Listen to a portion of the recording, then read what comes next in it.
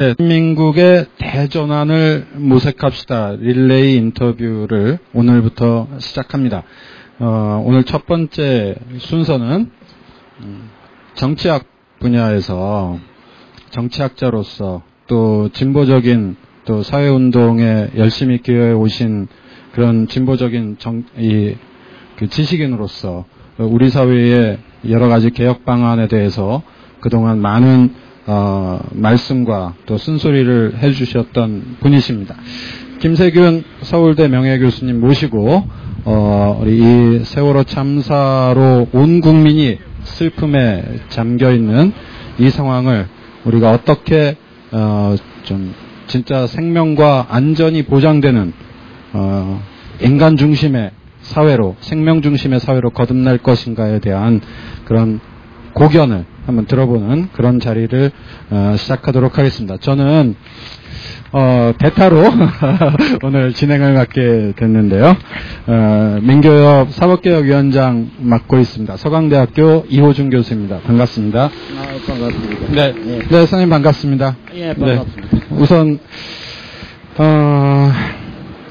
사실 온 국민이 벌써 한 달하고도 보름째 슬픔에 잠겨 있고 또 이 박근혜 정부의 이런 구조에서 보여준 무능함과 또 책임 회피의 모습에 대해서 분노하고 있는 이런 상황입니다. 또 세월호 사고가 터진 이후에도 여기저기서 크고 작은 안전사고들이 계속해서 이어지고 있는 그런 상황입니다.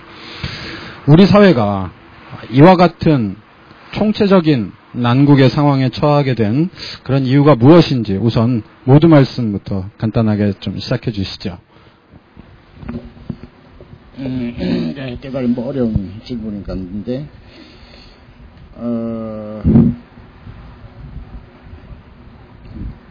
여러 가지 이유가 있을 것 같지만, 한마디로 이야기하라면은, 가까이 들 역시 기업이 잘 돼야 국민이 잘 살 수 있다는 그런 어떤 그 사회 발전을 추구해온 결과가 오늘 이와 같은 결과로 이어지지 않느냐 하는 생각이 듭니다. 그러니까 우리 살고 있는 대중의 일반 국민들의 생존권과 행복 추구권을 최우선적 가치로 삼기보다는 기업을 운영하는 사람들이 더 많이 돈을 벌어야 일종의 낙수 효과로서 그것이 사회 구성도 떨어져서 사회 구성 전체도 가끗하는 그와 같은 어떤 그 지조가 자본의 탐욕이 무한정 보장될 수 있는 체계로 만들고 그러다 보니까 기업의 이윤 추구에 방해되는 모든 그 사회적 민주적 규제를 오히려 사회 발전의 암적 어떤 규제로 규정하고 이런 것들이 있다. 특히 이민박 정부가 들어오고 난 다음에 애초에 박근혜 정부가 대선 과정에서는 경제 민주화 정책을 앞세우면서 그 이전의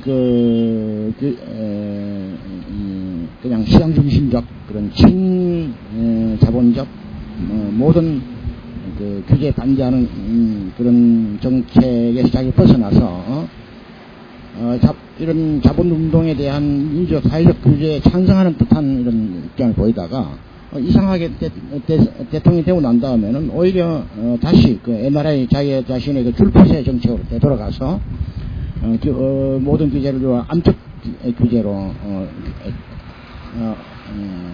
규정하고 그러면서 그와 같은 정책을 또 몰고 나간 것이 가장 큰 이유지 아닌가 이런 생각이 듭니다. 예. 네, 이 경제가 살아야 나라가 살고 나라가 살아야 국민이 행복해진다라는 말 우리 굉장히 많이 들어왔던 그런 말이죠.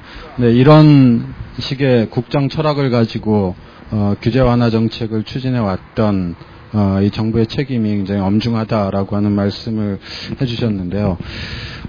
엊그저께 그 뉴스를 보니까 이 규제 완화를 더 해야 이런 참사를 막을 수 있다라고 하는 그런 말까지 또 나오고 있는 상황이고 또 박근혜 대통령이 대국민 담화를 하면서도 담화에 명확하게 나오진 않았지만 경제개발 3개년 계획이라고 하는 걸 추진하겠다라는 언급이 짤막하게 나옵니다. 그런데 이 경제개발 이 경제발전 3개년 계획인가요? 이것이 내용이 결국은 기업의 규제를 완화해서 돈벌이를 할 수 있는 이제 그런 시스템을 만들어 주겠다라고 하는 그런 그 내용으로 채워져 있거든요. 이렇게 그 많은 국민들이 바로 이런 규제 완화의 정책이 이런 참사를 불러왔다라고 하는 비판에도 불구하고 박근혜 대통령과의 청와대가 계속 규제 완화 정책을 밀고 나가는 이 모습 어떻게 우리가 바라봐야 될까요? 네, 그게 자기 자신의 뭐 기본적인 소신인 것 같습니다. 세월호 참사가 나면서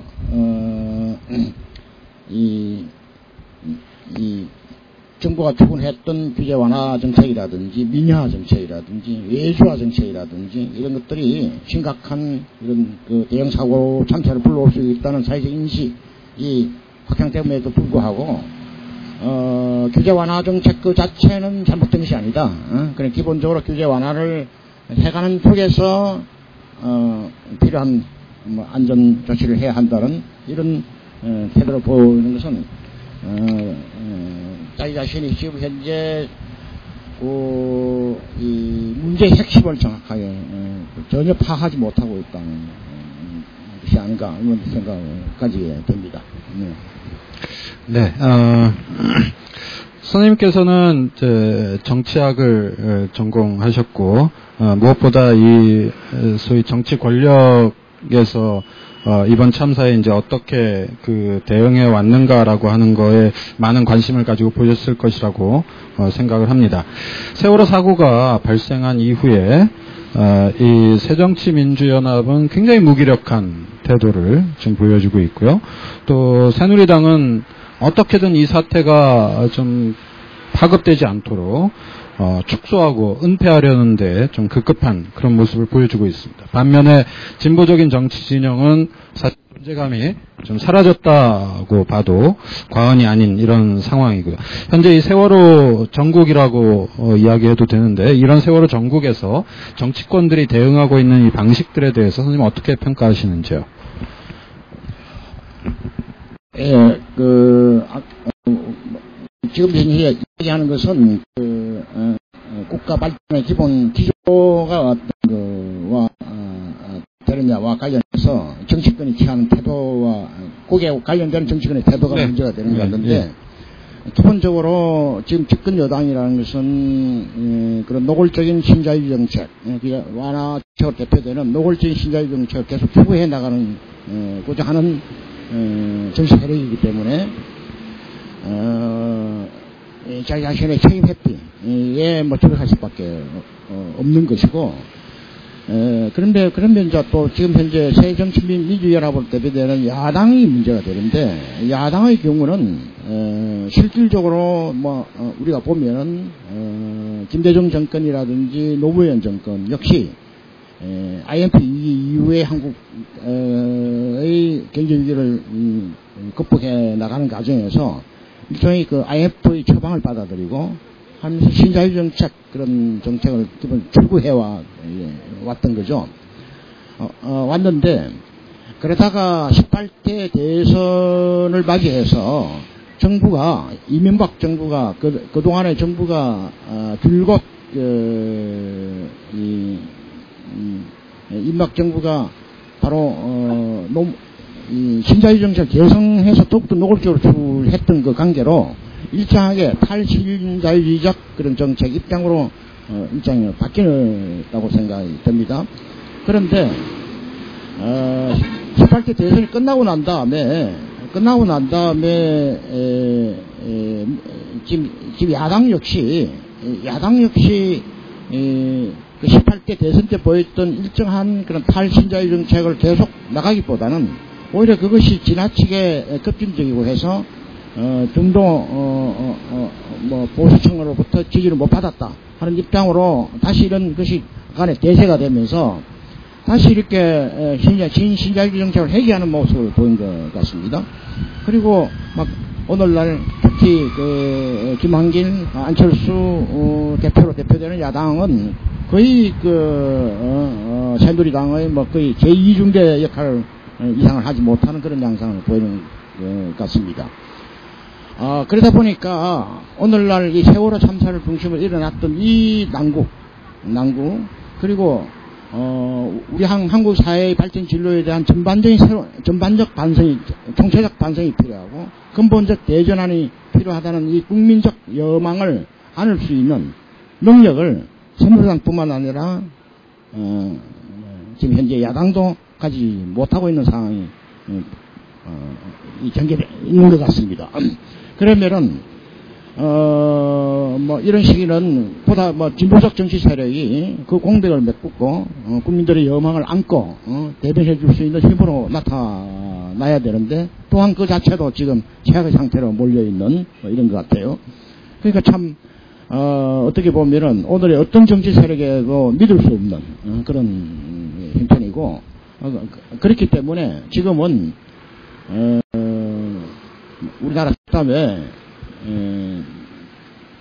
하늘을 스스로 돕는 자를 돕는다는 좀 우리나라 속담이 있는 것 같이 이 체제 속에서 소외당하고 또한 나락으로 물려가고 있는 모든 일반 국민들과 서민들이 가만히 있지 말고 그야말로 자기 자신이 우리 사회 전환의 주체로서 나서서 움직여서 스스로 나서서 스스로 이렇게 하나의 정치적 힘으로 정치해 나가고 그 힘으로 이 전환을 이루어 나가야 안 되느냐 뭐 이런 생각이 들게 됩니다. 예. 네, 결국 야당이 이 신자유주의 정책에 좀 야합하는 그런 모습을 보여주면서 전체적으로 우리 지금 정치 구도가 좀 보수 양당 체제로 좀 굳어져가는 그런 모습을 보여주고 있는 상황인데요. 선생님께서 이제 시민들이 이 변화와 개혁의 주체로서 좀 나서야 한다라고 말씀을 하셨는데 사실 그게 말처럼 그렇게 쉬운 일은 아니지 않습니까? 우리가 물론 이번 우리 세월호 참사를 겪으면서 많은 시민들이 이런 공분을 표하고 또 개혁을 요구하는 목소리를 내고 있기는 합니다만 근본적으로 이 국민들의 목소리를 좀 대변할 수 있는 어떤 정치 진영의 개혁도 사실 좀 묵과할 수 없는 장기적인 과제로서 굉장히 중요한 과제일 것 같은데요. 이 진보적인 어떤 시민사회 진영의 목소리를 대변할 수 있는 어떤 정치의 재구성이라 그럴까요? 그거를 좀 실현하기 위한 방안은 어떤 게 좀 있을까요? 참 어려운 질문인데, 뭐, 현재는 저는 이렇게 생각합니다. 자기 스스로 그 속에서 뭐, 개혁될 수 있으리라고 나는 기대를 하지 않고, 특히 뭐 야당 같은 경우에는 외부의 충격이 있을 때 그 속에서 새로운 힘들이 이렇게 또 좀 가동될 수 있을 거라고 생각이 듭니다. 그런데 뭐 지금 현재로서는 어쩔 수 없이 지금 현재로는 일반 국민들 시민들의 직접 민주주의적 참여가 가장 중요하다고 생각이 듭니다. 그러니까 지금 현재는 무엇보다도 강장 민주주의를 실천해 나가서 그 속에서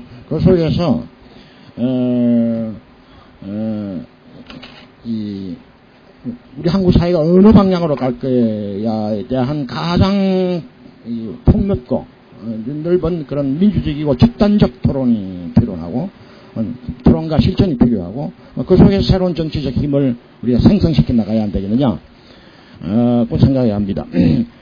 그것은 뭐 대단히 뭐 어려운 것 같지만 그러나 오늘날 기존 정치 세력에 대한 국민들의 전반적 그런 실망감, 분노 이것들이 이 새로운 정치적 힘을 결집시켜 나가는 엄청난 걸음으로서 작동할 것이고 또한 분명히 이런 그 대중적인 민주적 토론 속에서 주요한 새로운 정치적 힘이 나는 탄생되어 나올 거라고 확신합니다. 예.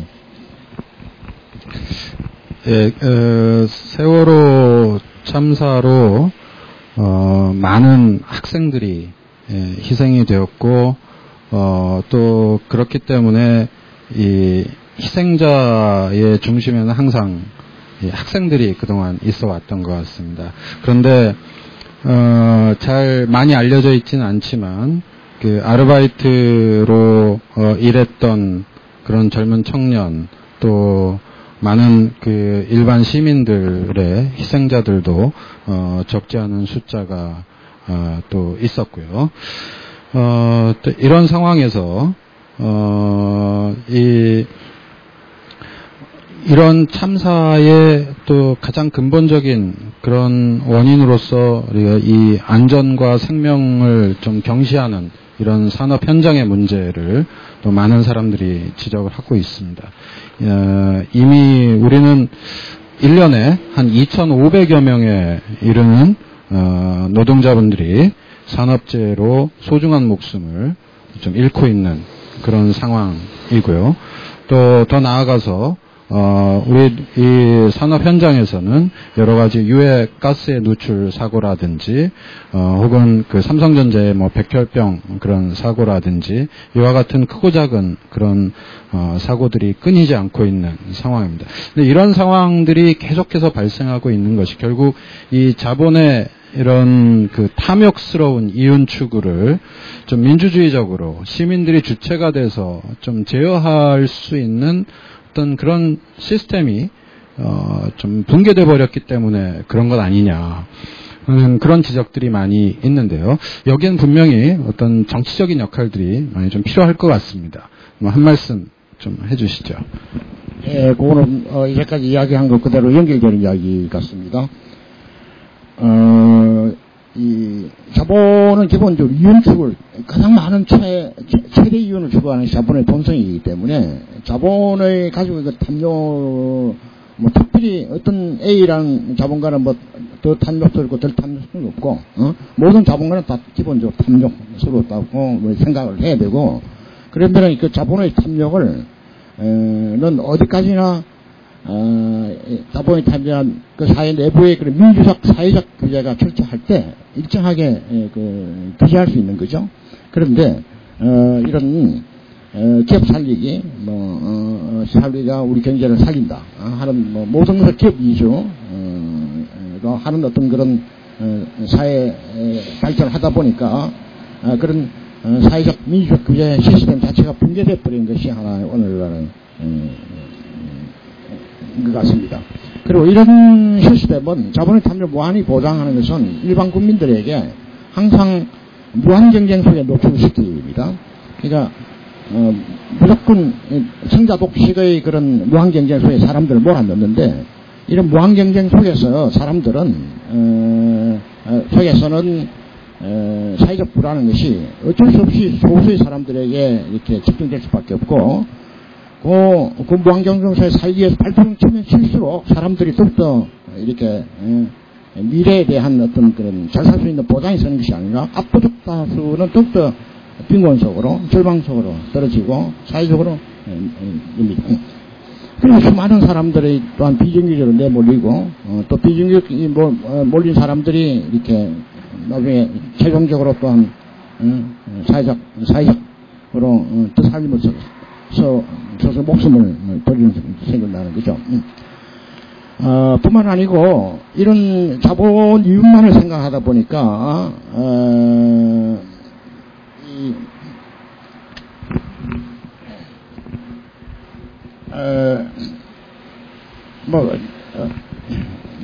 말을 좀 늦어버리네. 뭐 그렇습니다. 그러다 보니까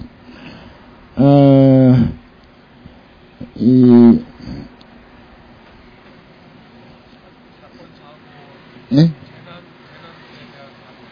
그리고 이 재난 지금 그렇잖아도 그 이야기를 좀 하고 싶었는데 이 모든 것이 예를 들어 비용 문제로 제기되는 거죠. 그러면은 국민의 예를 들어서 국민의 생명과 안전을 생각한다면은 한 번쯤 예를 들면 점검을 할 것도 두 번 할 거를 한 번으로 줄인다든지 일할 수 있는 사람을 두 사람 들고 그것을 비용 문제로 생각해서 한 사람 둔다든지 이처럼 모든 것은 비용 절감 특히 국민의 생명과 안정에 관계되는 그런 것도 모두 이렇게 비용으로 처리해왔기 때문에 이런 대형 사고가 필시 일어날 수밖에 없는 구조가 된 것이 아닌가 생각이 듭니다.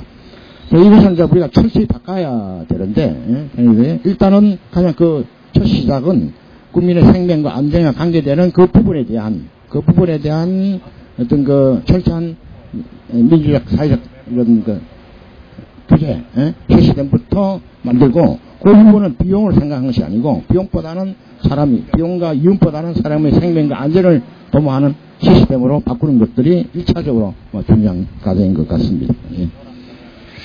네, 이 모든 것을 비용 문제로 해서 사람의 생명과 관련된, 안전과 관련된 그런 제도적인 장치나 규제들을 전부 비용 절감이라는 이유로 해체해버린, 네, 이런, 그동안에 이와 같은 이제 정책들이 결국 대형 참사를 불러왔다라고 하는 지적, 많은 분들이 공감하실 거라고 생각합니다. 앞에서 선생님께서 말씀하신 것처럼 이 현재 정치권은 굉장히 무기력한 대응 행태를 보여주고 있는 상황에서 결국 시민들이 우리 사회의 근본적인 개혁을 위해서 좀 더 주체적이고 능동적으로 좀 나서야 될 그런 때가 아닌가 생각되는데요. 지금의 상황에서 이 시민사회 진영이 무엇을 어떻게 좀 해야 될 것인가, 어떤 방향으로 우리 사회의 개혁을 좀 추구해 나가야 될 것인가, 굉장히 어려운 문제겠습니다만은 선생님 고견을 한번 좀 듣고 싶습니다. 그 역시 제가 강정선 역시 만나서 놓아야 합니다.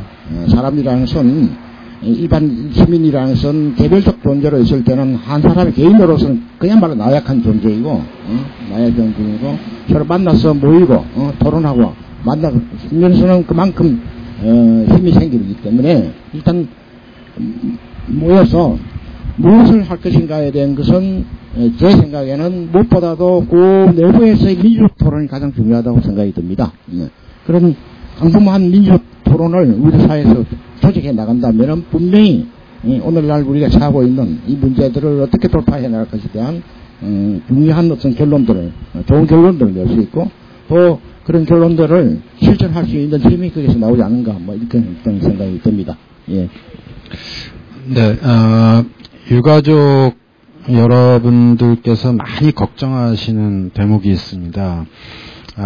이 참사의 피해를 좀 정치적으로 이용하려고 한다라고 하는 그런 이야기를 듣는 것에 대해서 유가족 여러분들께서 굉장히 가슴 아파하고 또 그런 말을 실제로 들을 때 상당히 참담한 그런 심정에 처하기도 합니다. 또 일부에서는 이런 이 참사에 대한 진상규명과 어떤 해결책을 도모해 나가는 데 있어서 어떤 너무 정치적인 그런 좀 그 모양을 띄어서는 안 된다라고 하는 그런 비판도 일정 정도 또 제기되고 있는 것으로 보입니다. 사실 우리 생활의 모든 것들이 다 정치적인 것들이고 그 의제 하나하나가 우리 주변의 모든 의제들이 다 민주적인 공론을 거쳐서 논의돼야 되는 것임에도 불구하고 이처럼 참사를 정치적으로 이용한다라고 하는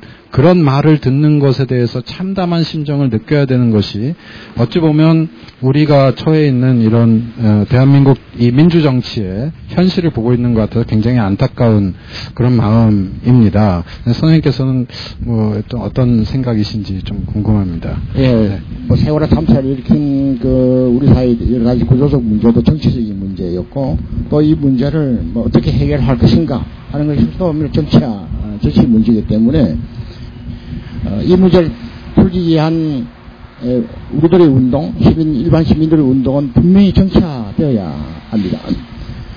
그렇기 때문에 오늘날 집권정당이 이야기하는 세월호 참사를 문제를 풀기 위한 시민운동이라든지 시민들의 거리 진출 이것들을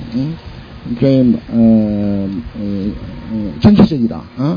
그리고 일부 세력들의 정치적으로 이용하고자 하는 어떤 그런 문제를 비판을 하는데 그것은 자기들의 이 세월호 참사와 관련된 자기들의 정치적 책임을 모면하기 위한 하나의 변명에 지나지 않는다고 생각이 듭니다.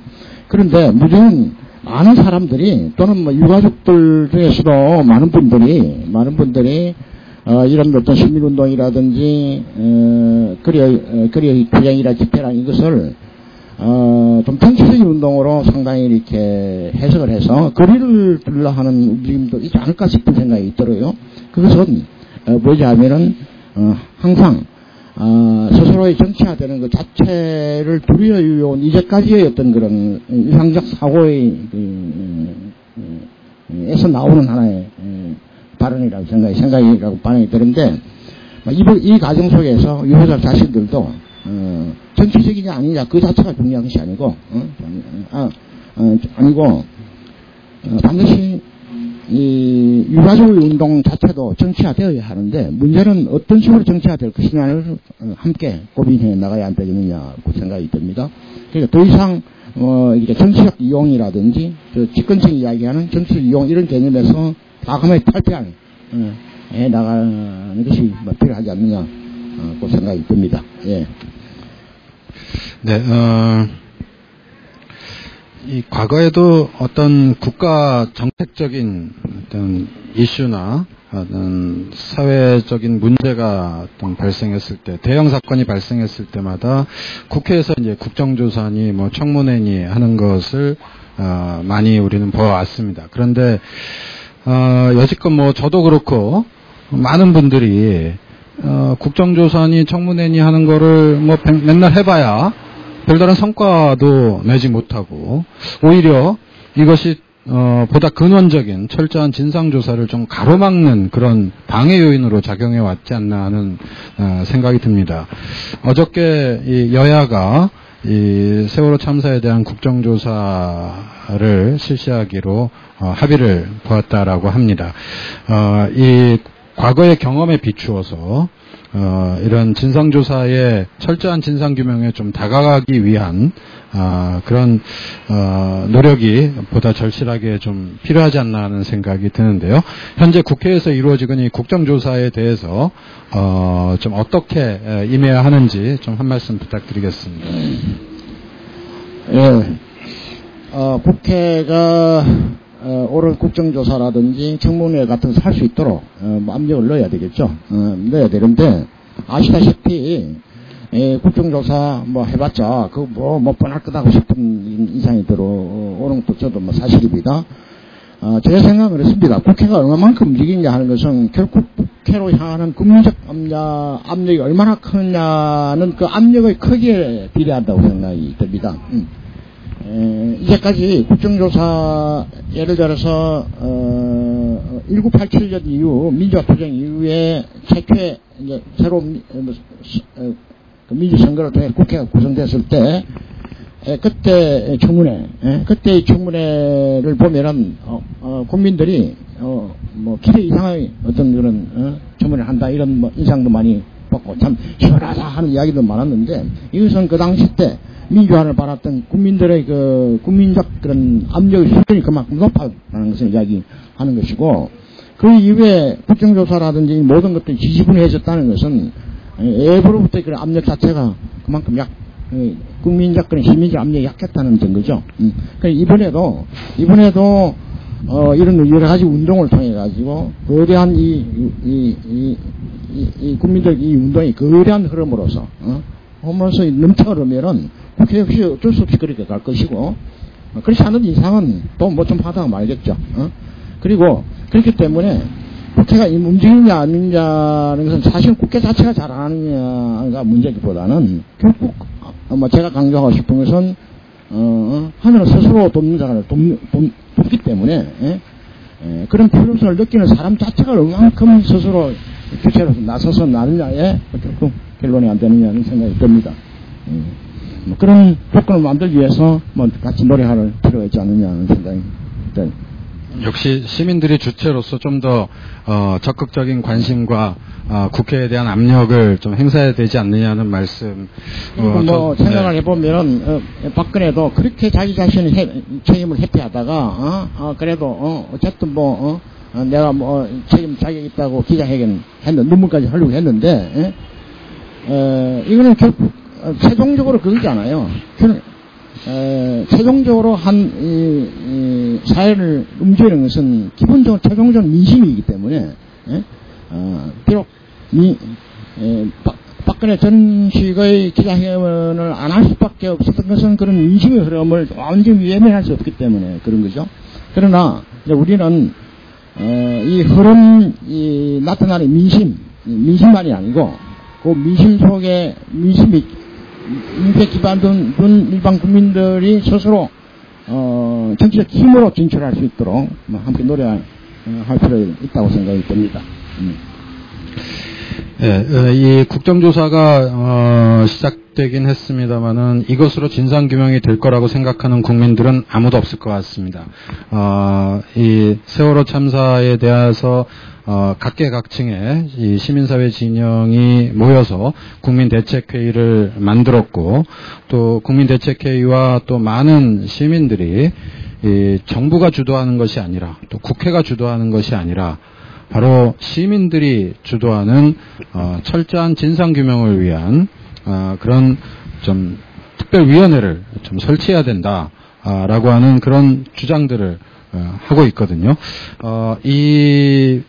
저는 굉장히 바람직하고 반드시 해야 될 거라고 생각을 하지만 또 이것이 쉽지 않은 과제인 것도 분명할 것 같습니다. 우리가 철저한 진상규명을 하는 것이 가장 이 세월호 참사에서 우리가 벗어나기 위한 이 문제를 극복하기 위한 첫걸음이라고 생각을 한다면 바로 이와 같은 범국민적인 그런 진상규명 작업 과연 어떻게 이루어져야 될 것인지, 어떻게 우리가 이것을 만들어 나갈 수 있을 것인지, 선생님 좀 말씀 부탁드리겠습니다. 예.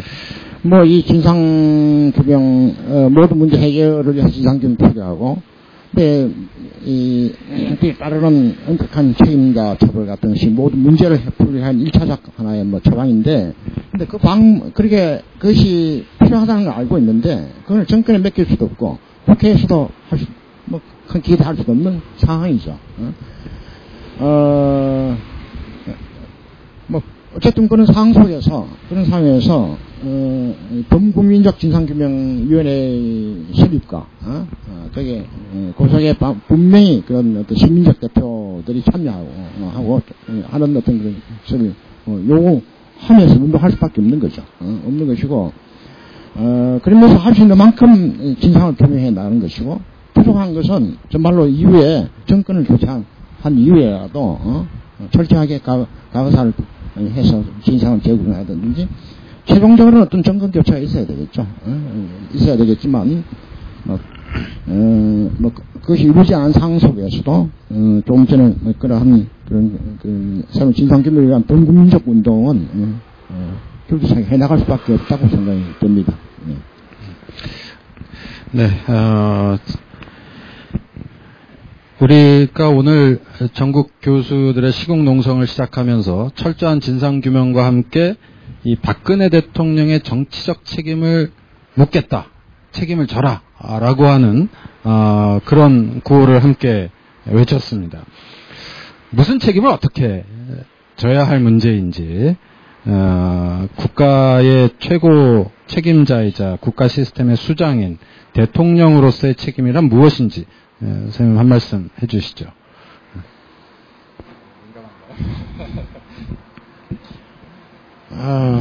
솔직히 이야기해서 박근혜 대통령이 책임을 진다고 한다면은, 퇴진하는 것이 옳다고 생각이 듭니다. 스스로, 더 이상, 내가, 할 수 없다, 하고, 퇴진하는 것이 옳겠지만, 스스로의 용단에 의해서 퇴진하기는 거의 쉽지 않은 것 같고, 물론, 범국민적 압력이 가중되면은 원치 않더라도 퇴진할 수밖에 없겠지만,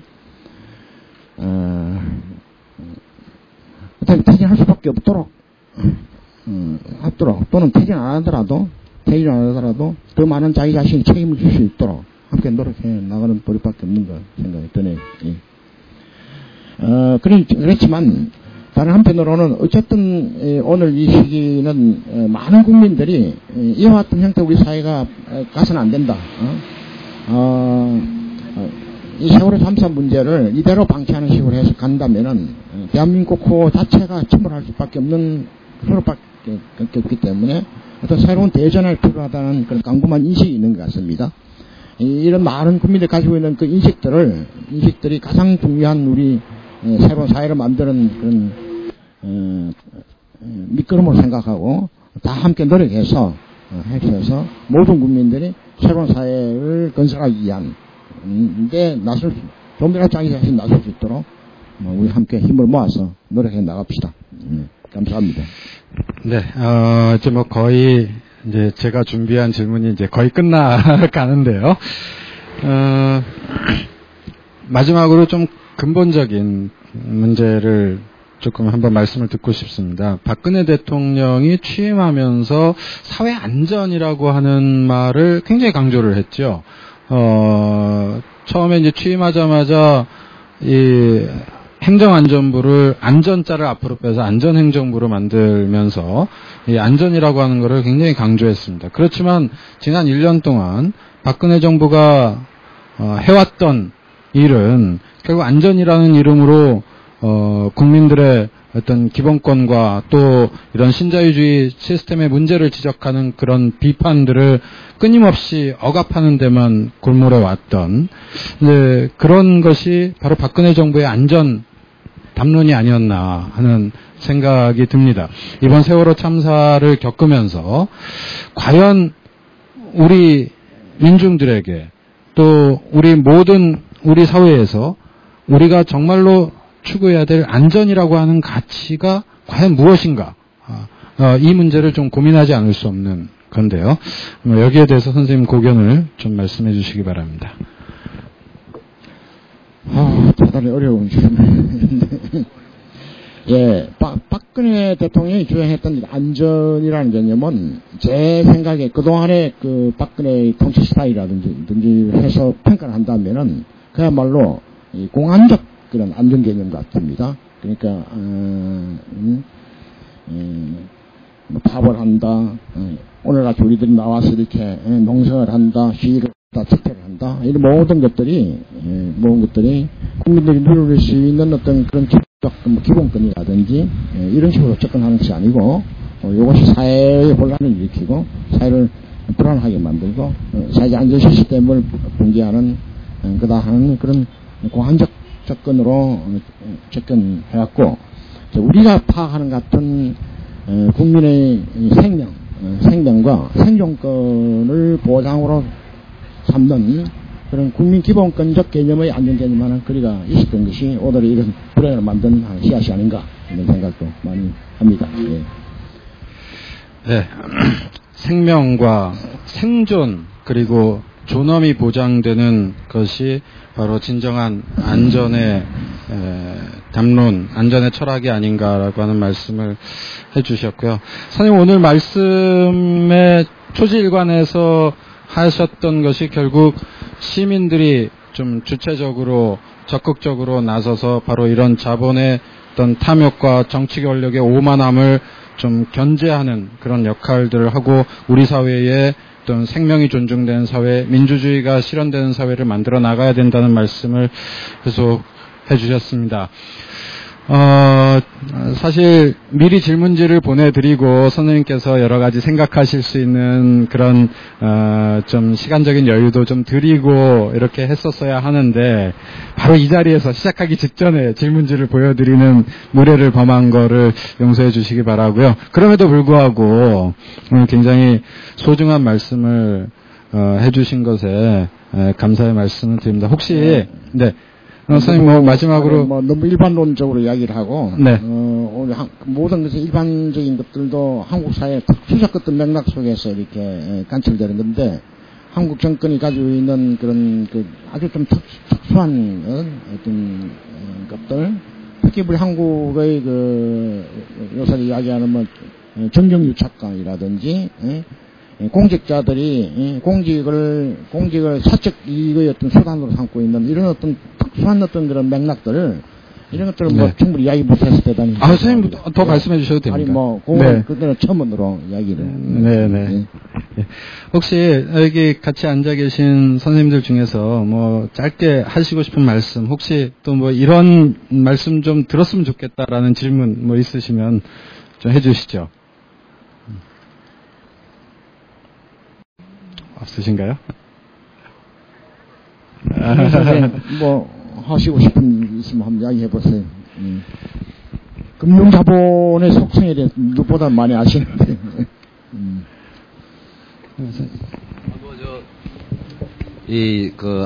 안전 문제를 아까 말씀하셨는데, 저도 김세윤 선생님 말씀대로 그 안전이 공안적 안전이라고 하는 게 동의하고요. 지금 현재 한국에서 안전으로 통일되고 있는, 적어도 이제 박근혜 정부 그 하에서 안전이라고 일컬어지는 것은 공안적 개념의 그 안전이다라고 하는데, 근데 저는 또 거기에 덧붙여서 그 안전이 기업을 위한 안전, 통치 세력을 위한 안전, 또는 어쨌건 그 기득권 세력의 안전이 중심이고, 밑에 민중, 대중의 실제로 우리, 감남 얼려, 보통 사람들의 안전과는 관계없는 그런 안전이겠다라는 거죠. 그래서 안전의 개념을 바꿔야 되는데, 그거 바꾸면서 기본적으로 우리가 아까 선생님도 기본권에 입각한 안전 개념을 강화하자고 말씀하신 것처럼, 결국은 기업이 아니라 사람을 중심으로 한 우리 개인들 각자의 삶이 풍부하고 기본권을 지키는 그런 안전 쪽으로 가야 된다고 하는 그 말씀을 좀 첨가해서 말하고 싶습니다. 옳은 이야기입니다.